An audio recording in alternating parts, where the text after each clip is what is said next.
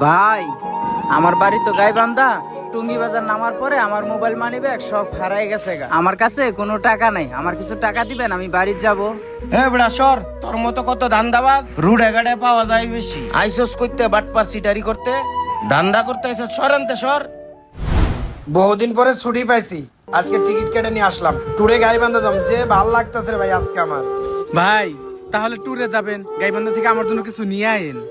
ঠিক আছে, নিয়ে আসবো, এটা নিয়ে তুই চিন্তা করিস না। তাহলে তুই যা। আচ্ছা।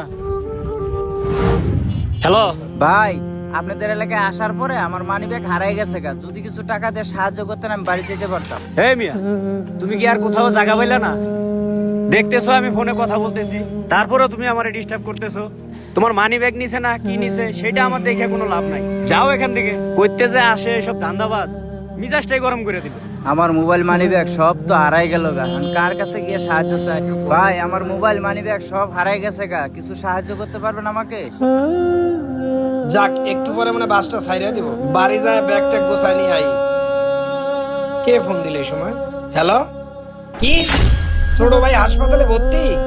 আচ্ছা আমি আইতাছি। ভাই ব্যথা পাইছেন? আরে ভাই, ব্যথা ব্যথা আর কি পামু? মনের যে ব্যথা, এই ব্যথা তো না, ধাক্কার ব্যথা কিছুই না। ভাই বুঝলাম না, মনের ব্যথা মানে কি হয়েছে আপনার? আসলে ভাই, বিপদে পড়লে কারো কাছে সাহায্য পাওয়া যায় না, এই জন্য মনে অনেক ব্যথা। আমার বাড়ি গাইবান্ধা। টুঙ্গি বাজার নামার পরে আমার মোবাইল মানি ব্যাগ সব হারায় গেছে। এখন যে গাইবান্ধা যাবো, এই টাকাটাও আমার কাছে। অনেকের কাছে সাহায্য চাইছি, কেউ আমাকে সাহায্য করে নাই। এখন দুপুর হয়ে গেছে, এখন পর্যন্ত কিছু খাইও নাই। এই জন্য ভাই আমার মনটা অনেক খারাপ।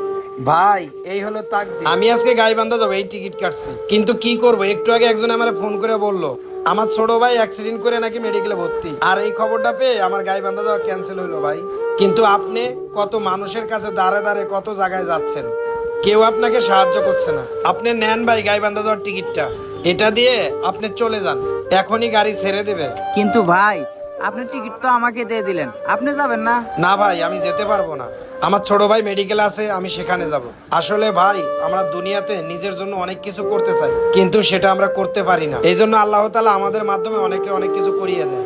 আসলে ভাই, দুনিয়াটা এভাবেই চলতেছে, যা হচ্ছে আল্লাহর ইশারায় হচ্ছে। এই যে দেখেন তার প্রমাণ। আমি টিকিট কাটছি, গাইবান্ধা যাব। আল্লাহ তাআলা আমার উসিলায় আপনার টিকিটটা মিলিয়ে দিল। আর যাই হোক, এখন আপনি টিকিটটা নিয়ে আপনার গন্তব্যে পৌঁছাইতে পারবেন। আর হ্যাঁ ভাই, ছেলেটাকে কিছু টাকা দে, সে লাঞ্চ করতে পারবে। সে তো বললো কিছু খায়নি সারাদিন। এখানে 500 টাকা আছে, আপনি নিয়ে দুপুরে লাঞ্চটা করে নিন। সাবধানে যে, আর আমার ছোট ভাই লাগে দোয়া